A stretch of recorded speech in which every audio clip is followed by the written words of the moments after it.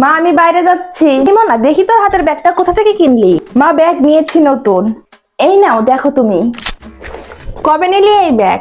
এই তো কিছুদিন আগেই নিয়েছি। ওই আমাকে তো একবার বলার প্রয়োজন মনে করলি না? এখন অনেক বড় হয়ে গেছিস তো, একা একা এখন মার্কেটে যাস। এই ব্যাগের দাম কত টাকা নিয়েছে? নিশ্চয়ই তোকে ঠকিয়ে বেশি টাকা নিয়েছে দোকানদার। এর জন্যই বলি তুই আমাকে সঙ্গে করে নিয়ে যা এখন। এই যা, মা যদি শোনে এই ব্যাগের দাম 1000 টাকা নিয়েছে, তাহলে তো ব্যাগের সঙ্গে সঙ্গে আমাকেও বাড়ি থেকে বের করে দিবে। তার থেকে ভালো মাকে একটু মিথ্যা কথাই বলি যে 1000 টাকা না 300 টাকা ব্যাগের দাম নিয়েছে। এটাই ভালো হবে, এটাই বলবো মাকে। মাত্র 300 টাকায় ব্যাগটা পেয়েছি। ও মা, এত কম দামে তোকে ব্যাগটা দিয়ে দিল। হুম, তোর মাস্তো বোনের জন্য ঠিক এইরকম দেখে একটা ব্যাগ কিনে নিয়ে আসবে। আমার কাছে অনেক দিন থেকে বায়না করছিল। আর ব্যাগ কিনতে যাওয়ার আগে আমার কাছ থেকে টাকা নিয়ে যাবি। হাই ভগবান, এটা আমি কি বলে ফেললাম! না এখন সত্যিটা বলতে পারবো না মিথ্যা।